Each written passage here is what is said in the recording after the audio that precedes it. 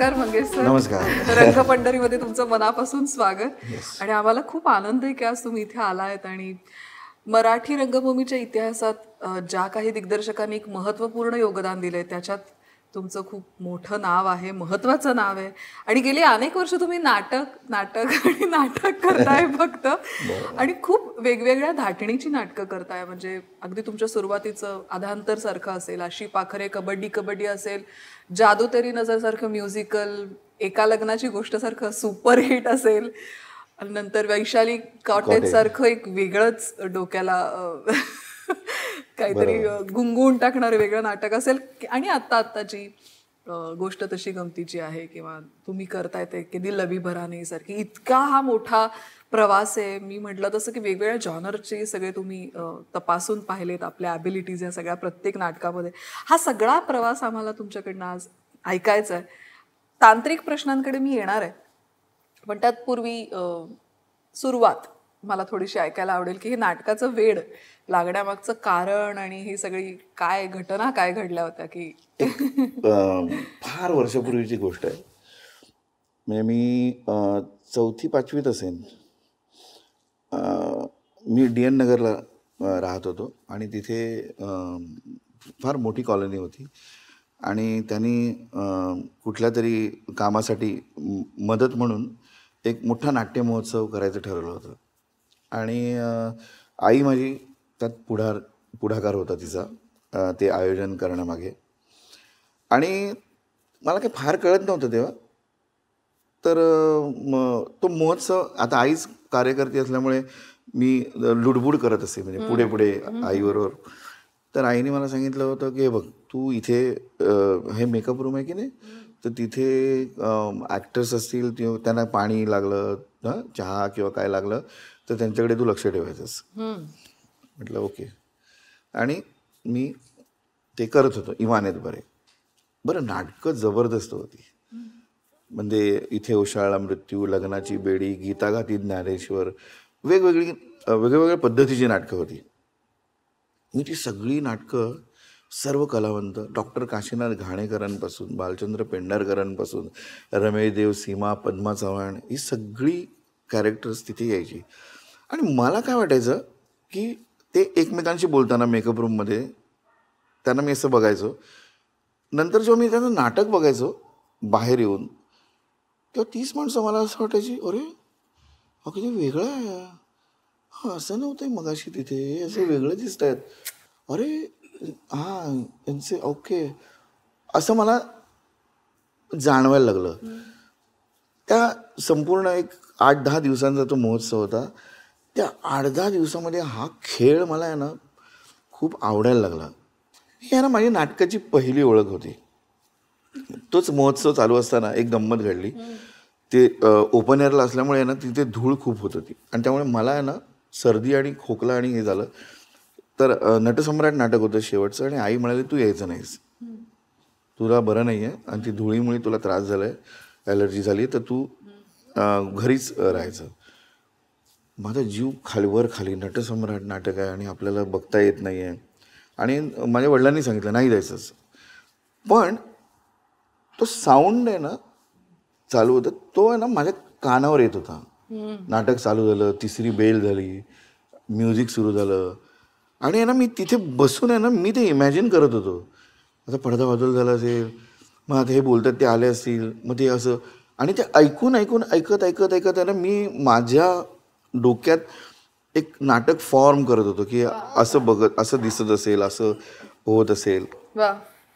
ही माझी नाटकाचं जे मॅजिक आहे ना, जे म्हणजे आपल्याला मोहिनी ही पहिली भुरळ तिथे पडली.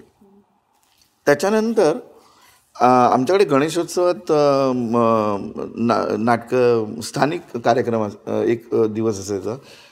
तर त्या दिवशी मी ठरवलं की आपण माझ्या मित्रांना वगैरे घेऊन आपण एक नाटक करायचं. आणि तेव्हा पण बघा नाटक कुठलं नाही करायचं. आमच्याकडे डॉक्टर भाल पाटील होते, विद्या विकास नावाची शाळा होती, त्याच्यात ते मुख्य होते. तर ते बालनाट्य लिहायचे. तर त्यांची तर ते बालनाट्य कुठलंही नाही करायचं गंमत म्हणून, आपण ते करायचं. म्हणून त्यांच्याकडे जाऊन आम्ही त्यांची परवानगी घ्यायला गेलो होतो. तर ते म्हणाले, अरे करा तुम्ही. आणि ते बघायला आले होते. वा. तर बघायला आल्यानंतर ते माझ्या आईला म्हणाले की अरे हा त्याला जरा आवड दिसते, जरा बघा जपा. तर ते एक झालं. नंतर माझा मित्र होता प्रकाश जाधव, त्याचे काका MTNL कामाला होते. तर ते भाईदास सभागृह होतं पार्ल्याला, म्हणजे आहे अजून. तर तिकडे ते MTNL त्यांना पास मिळायचे आणि 2-2, 3-3 जणांचे पास मिळायचे. तर ते कोणी जात नव्हतं. तर प्रकाश, मी आणि आम्ही कुठला तरी मित्र असं आम्ही ते त्या नाट्यगृहात जात असे, भाईदास आणि नाट्यगृह.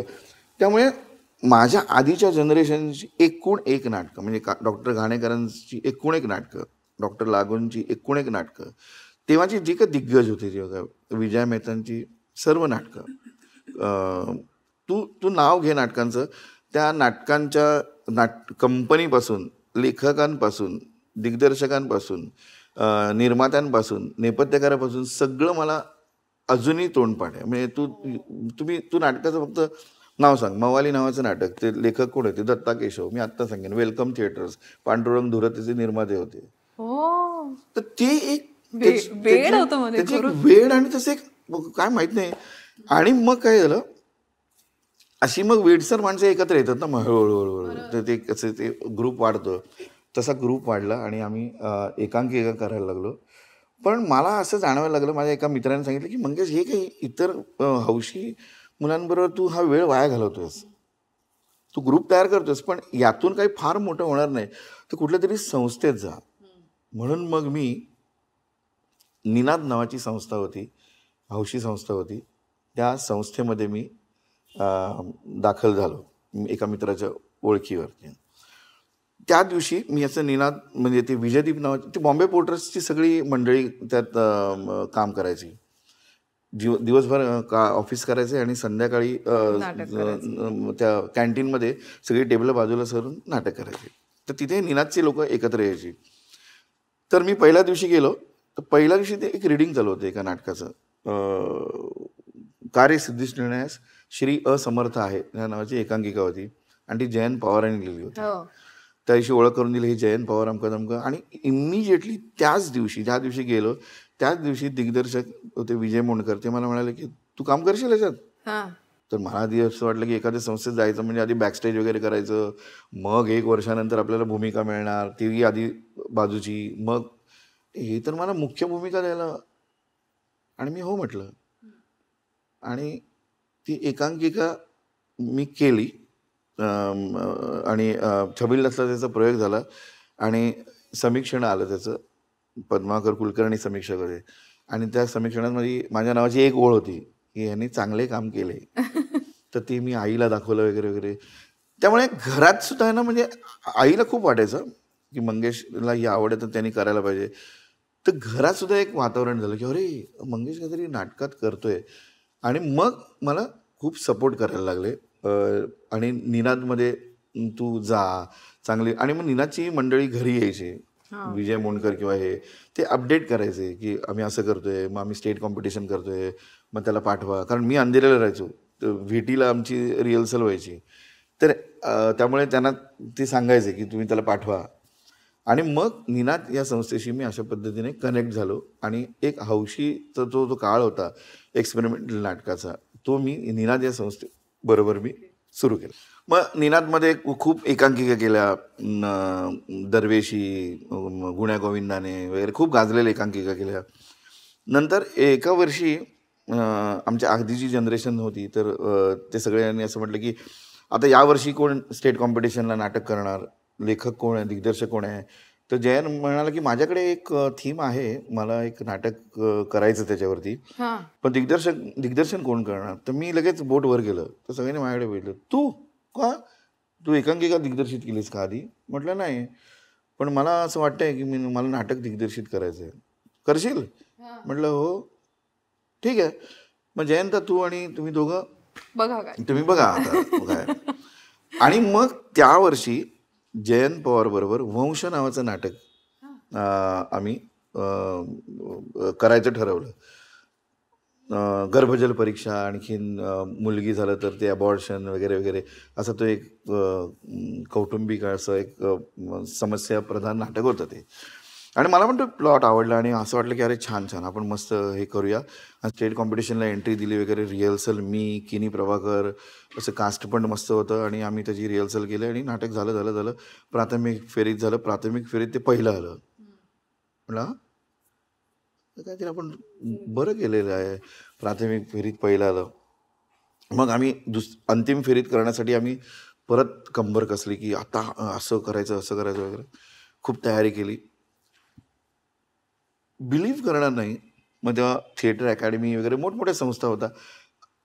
मला असं वाटलं सुद्धा नव्हतं. आणि ते नाटक त्या वर्षी जवळजवळ 372 काहीतरी नाटकामधून ते नाटक पहिलं आलं, अंतिम फेरीतसुद्धा.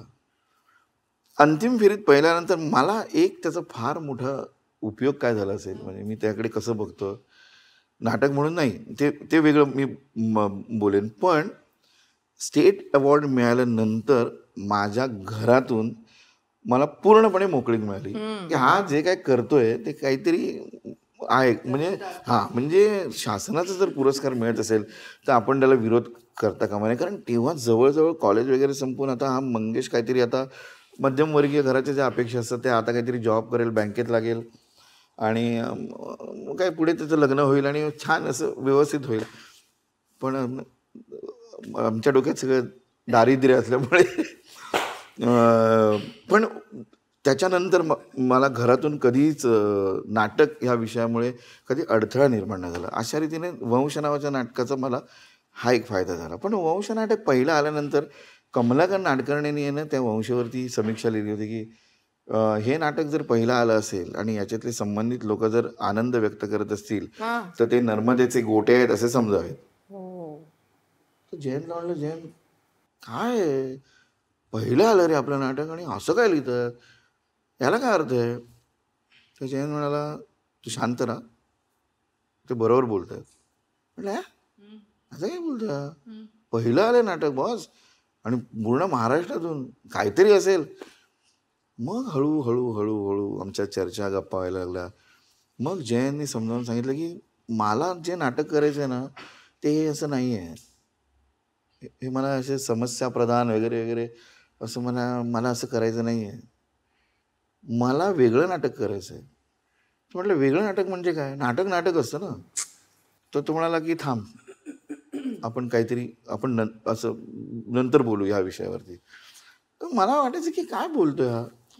पण त्या वंश करता करता जयंतबरोबर जी माझी मैत्री झाली तर त्या मैत्रीचा मला खूप फायदा झाला. म्हणजे कसा, तोपर्यंत मी अंधेरीवरून भेटीला जायचो, म्हणजे बाबूराव अर्नाळकरांच्या कादंबऱ्या, काळा पहाड वगैरे, ते फुल टाइमपास वगैरे वाचत वगैरे जायचो.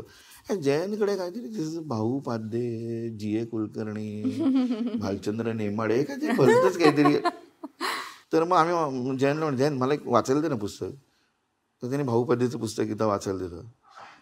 अरे वाचल्यानं म्हटलं अरे फॅन्टॅस्टिक आहे रे, हे काहीतरी वेगळं आहे. मग ते हळूहळू त्याची पुस्तकं घ्यायला लागलो, त्या पुस्तकांचा नाद लागला. म्हणजे तुमचं करिअर पण आहे ना, तुमच्या भोवती कुठल्या प्रकारची माणसं आहेत त्याच्यावरती जास्त ठरतं. म्हणजे तुमच्यापेक्षा, म्हणजे तुम्ही जे निर्णय घेतात त्याच्यामध्ये त्याचा फार मोठा वाटा असतो. माझ्या सुदैवाने त्याच्यानंतर प्रतिमा कुलकर्णी, प्रदीप मुळे, शफात खान, जयंत पवार, विजय मोणकर यासारखी माणसं, डॉक्टर राजीव नाईक यासारखी माणसं आमच्या अवतीभोवती असल्यामुळे काय बघू नकोस, चांगलं म्हणजे काय, वाईट म्हणजे काय, ह्याचं कौतुक झालं ते कौतुक कशाचं झालंय, त्यात तुझा किती वाटा आहे, असं अंतर्मुख होऊन प्रश्न विचारण्याची एक आतल्या आत आपली एक शक्ती निर्माण होते ना. ते ही सगळी मंडळी आजूबाजूला असल्यामुळे, त्यामुळे मला म्हणजे आत्ता जसं तू म्हणालीस की इतकी नाटकं केली वगैरे वगैरे, ह्या नाटकाच्या प्रवासात माझं कर्तृत्व किती किंवा माझं काय हे जर आपण ॲनालिसिस केलं ना तर ते फार कमी असेल असं मला वाटतं, जितकं की माझ्या भोवतालच्या मंडळीने मला एक मार्ग दाखवला त्यावेळी. मंगेश सर, ह्या सगळ्या धडपडीनंतर जेव्हा पहिलं कमर्शियल नाटक केलं तेव्हा त्यातली आव्हानं काय होती? तुला सांगतो, हे सगळं झालं. आता जयंत पवार आणि आम्ही एकत्र काम करायला लागलो. तर मध्ये माधवी देसाईंचं एक पुस्तक वाचलं, नाच गं घुमा. तर जयंतला म्हटलं, जयंत ह्याच्यावर नाटक. नाटकाचं नाव मी तुला सांगतो, कुंकू. Super hit. कारण ते आपल्याला इम्प्रेशन असतात ना जुने, की कौटुंबिक नाटक आणि असं बायकांना जर फोकस केलं तर ते सॉलिड चालणार वगैरे वगैरे, असं सगळं सूत्र घेऊन जयंतला म्हटलं की हे नाटक वाच. मी एक फ्लॅट माझ्या मित्राचा आहे, तिकडे तू राहा. खाली आरती हॉटेल आहे, त्या हॉटेलची कुपनं देतो. कधी तुला वाटलं चहा प्यायचं खायचं वगैरे तू जा खाली, आणि 15 दिवसात तू नाटक लिहून काढ. आपण ह्या ऑक्टोबरमध्ये रिलीज. सगळं प्लॅन वगैरे दिला. जयंत गेला राहायला वगैरे. नंतर आम्ही एक आठवड्यानंतर त्याला भेटायला गेलो. काय जयंत कसं काय? अरे मी पानं बघते काय लिहिलेली वगैरे. तर त्याला काय नाही रे, हे काय सुचतच नाही रे. म्हटलं काय म्हणजे? काही काही मला काय सुचत नाही, काय मला काय वाटत नाही हे. म्हणजे मी वन लायनर केलं आहे, बघ जरा वाचून. तेव्हा माझ्याबरोबर प्रकाश जाधव माझा नावाचा दुसरा मित्र होता. तो जयंतला म्हणाला की हे असं सगळं फॉरेन वेगळंच काही ते करण्यापेक्षा, दुसऱ्याचं करण्यापेक्षा तू स्वतःची वाळवी नावाची एकांकिका आहे, ती एकांकिकाचं नाटक का नाही करत? तर जयंतचे डोळ्याचे लुकलुकले की अरे. आणि तो म्हणाला की येस, मला एक आठवडा दे मंगेश. हा बोलतो त्याच्यात एक पॉईंट आहे, मी मी बघतो.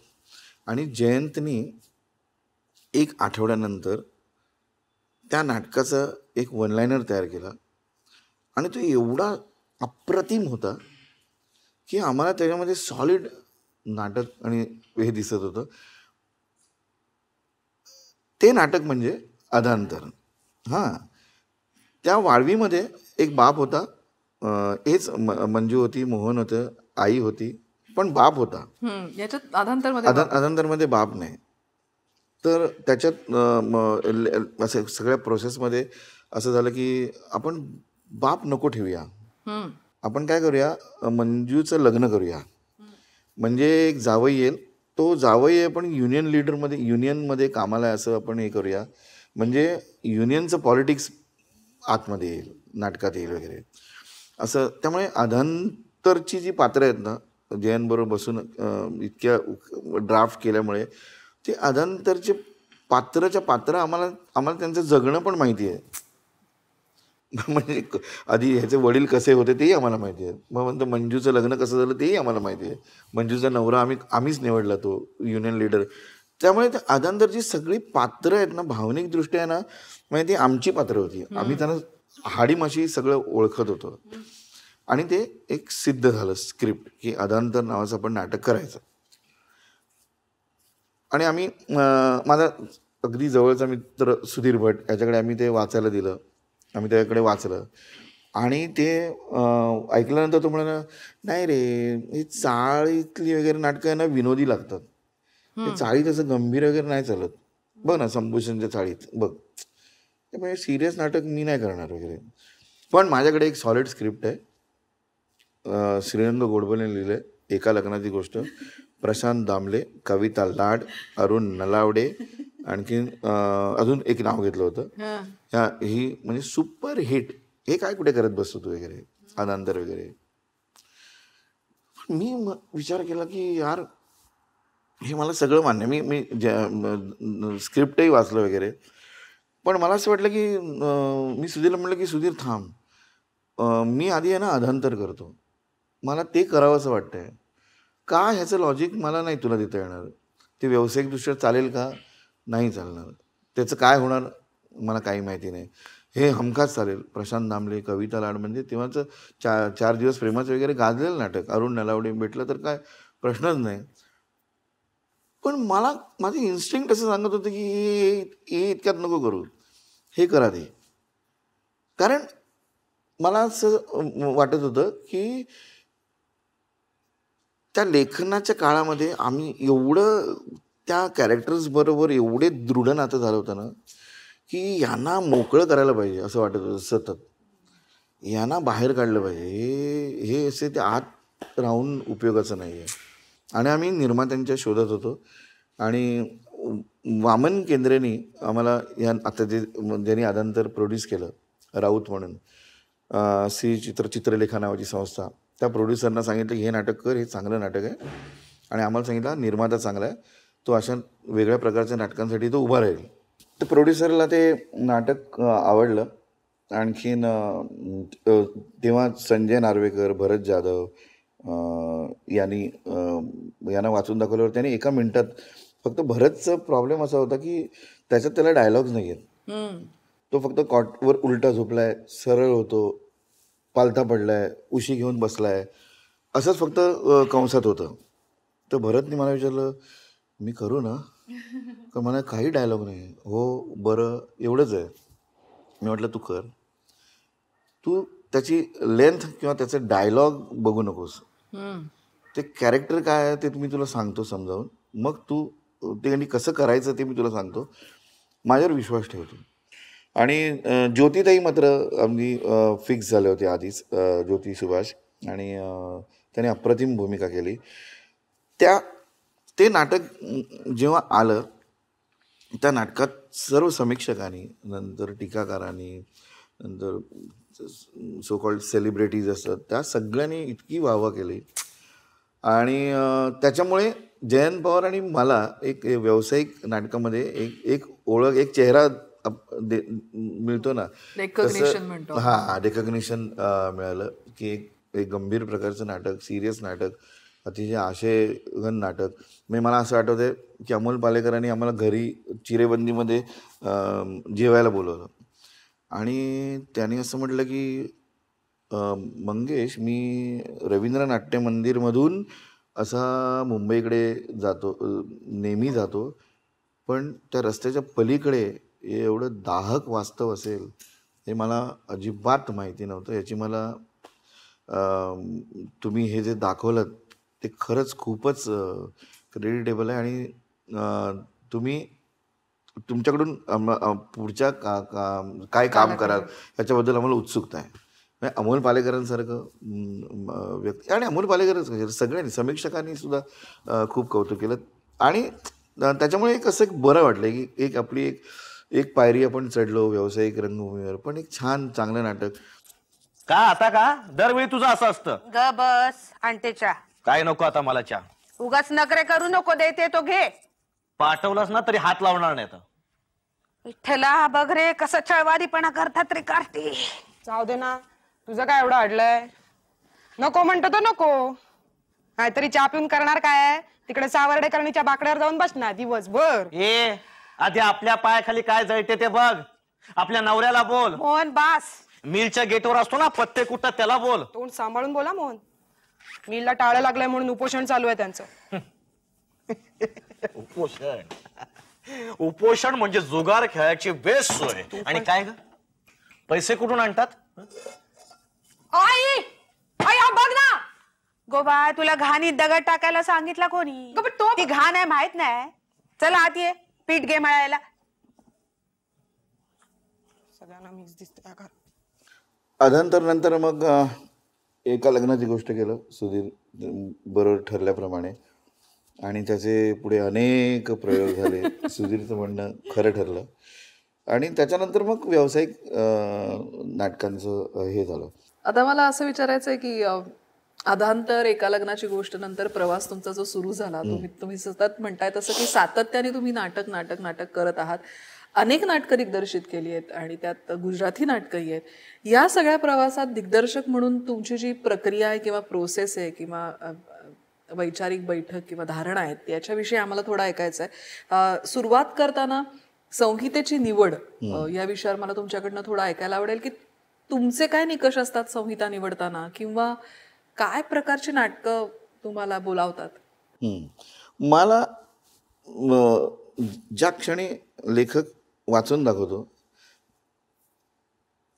ते ऐकताना मी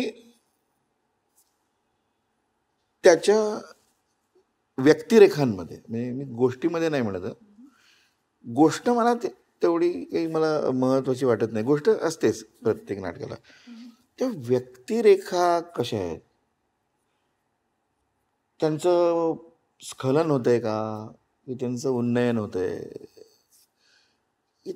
ते त्यांच्यामध्ये काही मुवमेंट होते का, त्या हलतायत का, ही ही ही मुवमेंट आणि हेच मला दिसलं ना, त्यांच्यामधले संबंध, त्या संबंधात होणारे बदल, ह्यातली एक जरी गोष्ट मला दिसली ना, तरी मी ते नाटक ग्रॅब करतो. मग मला त्याची गोष्ट वगैरे मला फार महत्त्वाची नाही वाटत. तर निकष माझा निवडीचा असा आहे की मला त्यांनी पकडून ठेवलं पाहिजे त्यातल्या व्यक्तिरेखांनी. तू कबड्डी घे, कुठलंही नाटक, मला जे आवडणारी नाटकं जी आहेत त्या नाटकामध्ये हेच तुला बघायला मिळेल. आणि ते एकदा माझं तय झालं ना की हे नाटक मला करायचं आहे, मग लेखकावर बसून त्याचे वेगवेगळे खरडे होतात. मग मला असं नको आहे, हे ब्लॅकआउट असं नको आहे, मग हे आपण असं करूया. त्याच्यावर माझं त्याच्यावर डिस्कशन होतं, त्याच्यावर बोलणं होतं, त्याचं सगळं. पण बेसिकली मला त्यातलं एखाद्या कॅरेक्टरने तरी असं टच करायला पाहिजे, एक अशी भुरळ पाडली पाहिजे. संहिता निवडल्यानंतर तुम्ही मगाशी म्हणालात तसं की खरडे होतात अनेक लेखकांबरोबर बसून. तर त्या प्रोसेस विषयी थोडं ऐकायचंय मला, की काय कारणं असतात किंवा काय सादरीकरणासाठी काही बदल घडवले जातात, कंटेंटसाठी. मी सांगतो ना, मी उदाहरण देतो. कबड्डी आमचं नाटक होतं. त्या कबड्डी नाटकामध्ये बाप आणि मुलीचा संघर्ष. बापाला अतोनात हेट कबड्डीचं, त्याला कारण आहेत, त्याला त्याची भावनिक इमोशनल कारण आहेत की तो नाही म्हणतो त्याला. आणि हिला असं वाटतं की कबड्डीशिवाय दुसरं आयुष्यात जगात काहीच नाही आहे, असं पराकोटीचं दोघांचा संघर्ष आहे. बाकीचं सगळं गुंते, प्लॉट वगैरे सगळं येत होतं.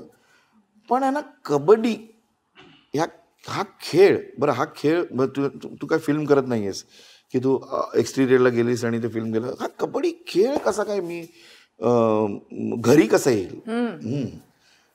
तर मग माझ्या डोक्यात असं आलं की मी म्हटलं की आपण काय करायला पाहिजे, हिचा आहे ना कोच असला पाहिजे कोणतरी, ज्याला ही त्याच्या घरातल्या गोष्टी पण सांगत असेल, शेअर करत असेल.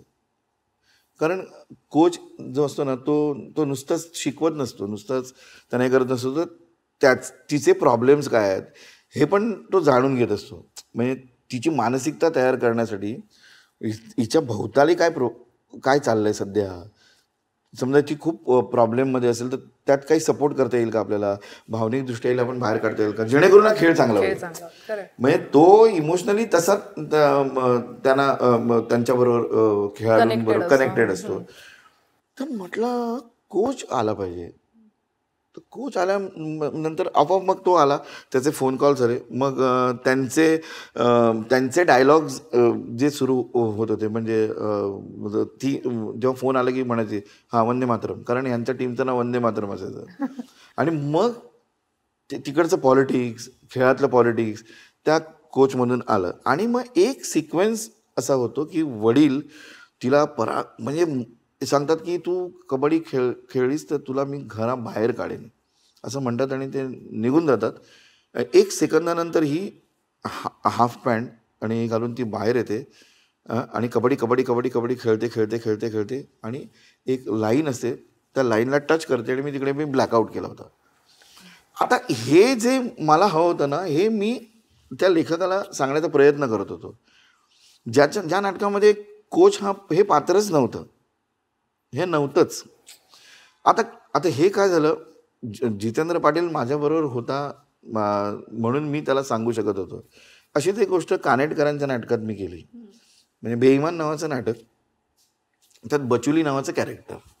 मी नाटक एक 10-15 वेळा वाचलं आणि माझ्या लक्षात आलं की बचुली काय आहे याच्यात. ही जर बचुली नसेल तर काही फरक पडत नाही आहे. पण मग एकीकडे एक असा दबाव होता माझ्या अंगावर की कानेटकर म्हणजे परफेक्ट, त्यांचं एक स्ट्रक्चर तयार असायचं आणि त्याला कोणी हातच लावू शकत नाही. तर मला जरा भीती वाटायची. पण मी सुधीरला म्हटलं की सुधीर, मला हे कॅरेक्टर, मला असं वाटतं की याचं काही गरज नाही आहे. काय बोलतो, अरे हे आशा काळेने अगोदर पात्र केलं होतं, तुला असं कसं वाटतंय. मी म्हटलं मला वाटते पण थांब, म्हणून कानेटकरांच्या मुलीला सांग आधी, त्यांनी उगाच हे केलं तर. म्हणून मी कानेटकरांच्या मुलीला सांगितलं की असं असं मी बदल करतोय, तुम्हाला बघायचं तर बघा या. नाही मी बघून सांगेन. त्यांनी बघितल्यानंतर ते म्हणाले की अरे सगळं नाटक बघितलं, बचूला कॅरेक्टर नाही असं मला काय वाटलंच नाही. आता ते कानेटकर तेव्हा नव्हते म्हणून, पण हे पण मला ते बेईमान वाचल्यानंतर मला कळलं की या पात्राची गरजच नाही आहे हे पात्र. तर असं रिरायटिंग प्रोसेसमध्ये आपण जाऊ शकतो. काही नाटकं अशी असतात की त्याची काही गरजच लागत नाही. म्हणजे तुला जसं वाटतं तसं तुला लेखकाने ते स्क्रिप्ट दिलेलं असतं आणि तुला तिथे आपण उगाचच माझं काहीतरी पॉईंट ऑफ व्ह्यू लादायचं म्हणून रिराईट असं मतकरींचं जादू तेरी नजर काही म्हणजे काही प्रश्नच नव्हता. अशी पाखरे काय करायचंच नाही असं याचं बोलायचं. आणि मग त्याच्यामध्ये मला असं वाटलं की विजय तेंडुलकर आले होते दीनानाथला पाखरेच्या वेळी, कारण ते नाटक बघत नाही आणि दीनानाथच्या मेकअप रूम मध्ये बसले होते आणि असं ऐकत होते आणि माझ्याकडे बघून असं म्हणाले की छान चाललंय.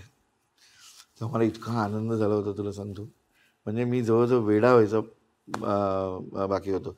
तेव्हा त्यांना सांगितलं सर म्हटलं पहिला अंक आहे ना तो दिवाणखाना आणि किचन असा आहे आणि दुसरा अंक दिवाणखाना आणि सरूची खोली असा आहे. तो बाबा म्हणाले काय मागतोस, हे माझ्या लक्षात नाही आलं आत्तापर्यंत. तर म्हणून मी काय म्हटलं की मी पॅन करणार आहे. म्हणजे पहिला अंक असा आहे ते किचन असेल आणि दिवाणखाना असेल, नंतर मी असं पॅन करणार आहे दिवाणखाना असेल आणि सरूची रूम असेल. अरे मला हे नव्हतं, असं झालंय का स्ट्रक्चर. मी म्हणतो ते हे म्हणजे दिग्दर्शक म्हणून ते करताना सपोर्टिव्ह असायला पाहिजे ती गोष्ट. एक तुम्हाला काहीतरी बदलायचं आहे म्हणून ड्राफ्ट करतोय अशातला भाग नाही, त्याची गरज वाटली पाहिजे तुम्हाला. बरोबर.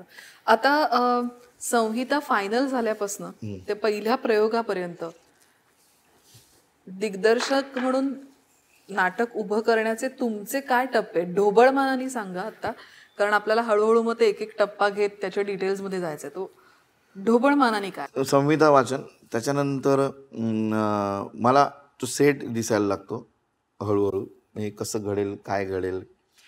म्हणजे उदाहरण द्यायचं झालं तर अधांतर वाचल्यानंतर मला असं वाटलं होतं की त्या घरात प्रत्येकाची जागा आहे.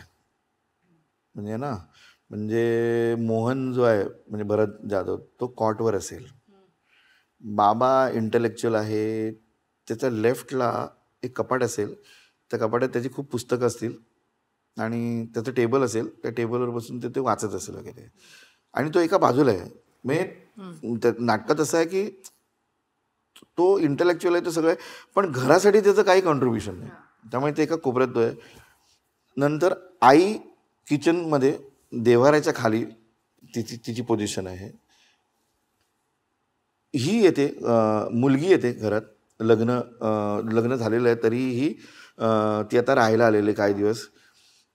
तर ती सतत गॅलरीत असते, तिला आता या घरात स्थान नाही, हे मला कळत होतं. आणि नरू आहे जो गुंडगिरी करतोय पण घरी पैसे येतोय, तो त्या ह्यांच्या कुठल्याही जागेमध्ये असं क्रॉस करायचा, कुठेही जायचं, त्याला ते राईट्स होते. आता ह्या गोष्टी मला मग आपल्याला हळूहळू सेट दिसायला लागतो. म्हणजे ह्या गोष्टी तुम्हाला तुमच्या डोक्यात यायला लागल्या की तो सेट दिसायला लागतो. अच्छा असा सेट होईल. मग हळूहळू पात्र ह्या दरम्यान या प्रोसेसमध्ये तुम्ही प्रत्येक वेळी. आणि मग मी काय करतो, एक कॅरेक्टर घेतो, त्या कॅरेक्टरच्या पॉइंट ऑफ व्ह्यूने सगळं वाचतो. इतर कॅरेक्टर त्याच्याबद्दल काय बोलतोय, तो त्या इतर कॅरेक्टरबद्दल काय बोलतोय. म्हणजे प्रत्येक वाचन एक कॅरेक्टरला धरून त्याचं वाचन. मग आज बाबा मोहनला घेऊन वाचलं, उद्या बाबाला त्यांचं काय म्हणणं, त्याचं काय वेगळेपण ते काय असं. आणि मग त्यातून आपल्याला डेफिनेटली कॅरेक्टर्स त्याची कास्टिंग कसं करायचं काय असेल याचं हळूहळू आडाखे निर्माण होतात. तोपर्यंत सेट येतो, मग तालमीला सुरुवात होते. माझं पूर्णपणे मला आत्ता इतकी वर्ष नाटक झाल्यानंतर मला 100% खात्री आहे रीडिंगमध्ये, वाचनामध्ये मी इतकी वाचनं करतो, म्हणजे जोपर्यंत मला असं खात्री वाटत नाही की या सगळ्यांना आपापली कॅरेक्टर्स कळली आहेत, तोपर्यंत मी वाचनच करत राहतो. रीडिंग प्रोसेस माझ्या दृष्टीने फार महत्त्वाची आहे. जे प्रॉब्लेम, जे म्हणणी, जे काम करणारे कलावंत आहेत, ते सगळ्यांची ऐकून, म्हणजे माझं म्हणणं लादत नाही मी त्यांच्यावर. एखादे अप्रतिम अशी गोष्ट ॲक्टरकडून पण आपल्याला येते, ज्याचा आपण विचार केलेला नसतो आणि आपल्याला वाटतं अरे हे फॅन्टॅस्टिक आहे, याचा मी विचार केला नव्हता, छान छान छान. त्या चर्चा, गप्पा, मी जवळजवळ, मी सांगतो ना, मी एक 15 ते 20 दिवस मी त्या वाचन प्रोसेसमध्ये राहायला मला आवडतं. आत्ता जरासा प्रॉब्लेम होतोय, लोक एवढा वेळ देत नाहीत. वाचनानंतर काय? वाचनानंतर तुम्हाला तुमच्या डोळ्यासमोर सेट असतो, व्हिज्युअलाइज व्हायला सुरुवात होतं. काय होईल, हा सीन आहे, या ह्याची सुरुवात कशी होईल, कुठे होईल, का होईल, हे पात्र मला इथेच का हवं आहे, प्रॉमिनंट जागी मला का हवं आहे, हा मागे का हवं आहे, हे ह्याचं बॅक ऑफ द माइंड तुझ्या चालू असतं. पण एका गोष्टीत मी डिफर आहे की मी घरी ठरवून येत नाही चार्टवर असं हे करून की या वाक्याला हा इथे जाईल, मग हा इथे वळेल, हा इथे सोफ्यावर बसेल, मग हा इथून इथे येईल. त्याच्यावर माझा विश्वास नाही. कारण तुला सांगतो, प्रत्येक ॲक्टरची कपॅसिटी, त्याचं बॉडी लँग्वेज, त्याचं पोश्चर, त्याचं गेस्चर, त्याची बसण्याची पद्धत, त्याची उठण्याची पद्धत, त्याची चालण्याची पद्धत ही वेगळी असते. माझ्या मते तुम्ही जर घरीच ते सगळं इम्पोज करून आलात तर ते लादल्यासारखं होईल. म्हणून मी काय करतो, हा सीन करूया असं म्हणतो, आणि असं म्हणतो की हा सीन इथे हा सोफा आहे, या सकाळ आहे, सोफा आहे, या इथे सगळे चहा पिऊन आल्यात, तुम्ही आता गप्पा मारता, मग ती मंडळी येऊन बसतात, असं हळूहळू हळूहळू हळूहळू त्याचं शेपअप, त्या सीनचा आकार येतो. तो मग त्याच्यानंतर आपण असं ठरवतो की नाही, मला प्रॉमिनन्स ह्याला द्यायचं आहे. मग आपण त्या ॲक्टरला सांगतो की नको, तू असा नको, तू असा इथे उभा राहा, तू इथे नको. पण ती एक कोरिओग्राफी होते. त्या कोरिओग्राफीमध्ये काय होतं की हा सीन कुठून कुठपर्यंत जाणार आहे, ह्या सीनमध्ये जी घटना घडते, कारण आता हे मी पर्सनली प्रत्येक नाटकाचा वेगळा विचार, प्रत्येक नाटकाच्या स्टाईलप्रमाणे, प्रत्येक नाटकाच्या ह्याच्याप्रमाणे वेगळ्या पद्धतीने तो वर्क होतो. पण ही व्हिज्युअलाइज कोरिओग्राफी आपल्याला व्हिज्युअलाइज होते आणि मग ब्लॉकिंग सुरू होतं. त्या ब्लॉकिंगमध्ये हळूहळू कच्चे ब्लॉक्स होतात की साधारण असा सीन घडेल, मग हळूहळू त्याच्यात जान भरायला सुरुवात होते, त्याच्यात प्राण फुंकायला सुरुवात होते, आणि मग तो हळूहळू तो सीन फोकस होतो. आणि त्याच्यातही आपल्या डोक्यात माझ्या हे असतं की कुठे म्युझिकचा सपोर्ट आपल्याला हवा आहे, तर मग त्याचे सपोर्टिव्ह गोष्टी, लाईट, तोपर्यंत आपलं लाईट डिझायनरशी बोलणं सुरू होतं, कॉस्ट्युम्स, प्रॉप्स येतात, कॉस्ट्युम्स येतात, आणि हळूहळू आपण पहिल्या GRकडे येतो. पहिल्या GRला सगळ्यांना कळतं की ओ माय गॉड, हे असं आहे काय ना प्रकाशात, डोक्यात प्रकाश पडतो, ओ असं याचा ट्रॅव्हल आहे. पहिल्यांदा ते सलग सेट आणि सगळ्याचा सपोर्ट मिळाल्यानंतर त्यांना ते असं जाणवतं. पण माझं त्यांना तरीही असं म्हणणं असतं की आत्ता तुम्ही जे करताय ते हे ऑडियन्स शिवाय आहे. बरं. ज्या क्षणी ऑडियन्स ॲड होईल या प्रोसेसमध्ये, त्याच्यानंतर एक वेगळ्या प्रकारचं वेगळं नाटक आपोआप तुम्हाला सुरू व्हायला लागतं. आणि तिथे तुम्हाला कलावंत म्हणून भान ठेवून की मी हा रोल करतोय, तरी तुम्हाला आहे ना असं बाहेरून स्वतःला बघता यायला पाहिजे की हे हे आता कसं दिसत असेल बाहेरून. हा पॉज, ही माझी मूवमेंट, हे माझं बसणं, हे माझं उठणं, ते एकदा तुम्हाला साध्य झालं ना बाहेरून बघणं. आणि इथे कधीच म्हणजे मी त्याच्यातून भूमिकेच्या बाहेर येणं नाही म्हणत आहे मी, त्याच्यात राहून. आता मग प्रवाद खूप आहेत की मग पूर्ण इन्व्हॉल्वच व्हायचं का, इन्व्हॉल्व होणं म्हणजेच अभिनय का, की बाहेर राहूनही आपण भूमिका करताना सजग राहायचं वगैरे, खूप इन्व्हॉल्व. हे वाद नंतरचे. ज्या क्षणी ऑडियन्स येतं ना, म्हणजे मला अजूनही तो प्रश्न पडलाय आणि त्याच्या ऑडियन्स शिवाय केलेली मी तालीम, याच्यामध्ये एवढा जो फरक पडतो ना, ते काय आहे याचा मला आता शोध सुरू झाला की ते काय आहे, त्याचा आपण आपल्याला अंदाज का बांधता येत नाही आधी. म्हणजे काही गोष्टी आपण करताना जे आपल्याला वाटतं ना की हे इथे लाफ्टर येईल किंवा इथे लोक भावनिक होतील, मी ढोबळ सांगतोय हा, किंवा इथे लोक घाबरतील, हां त्या गोष्टी त्या मी त्या म्हणत नाहीये. एक टोटॅलिटीमध्ये तो प्रयोग दिग्दर्शक म्हणून मी जेव्हा ऑडियन्स बरोबर पहिला प्रयोग बघतो तेव्हा मला असं वाटतं की मला आता काही गोष्टींची गरज आहे आता त्या नटांना सांगायची की काही गोष्टी न पाळल्यामुळे, काही गोष्टी तुम्ही न हे केल्यामुळे त्याचे वेगळे अर्थ हे बाहेर येत आहेत जे आपल्याला नको आहेत. त्यामुळे मी पहिला प्रयोग झाल्यानंतर मी एक रिहर्सल ठेवतोच. अच्छा. की ज्याच्यामध्ये खूप काही छोट्या मोठ्या गोष्टी असतात ज्या वाटतात छोट्या पण ते खूप हार्मफुल असतात, त्या नाटकाला हार्म करू शकतात. मग त्यांची एक मीटिंग करून हे करतो. मग एक 5 प्रयोगामध्ये त्याची सलग आपल्याला त्याची हे येतं की हां आता तो एक प्रयोग सेट झाला आहे.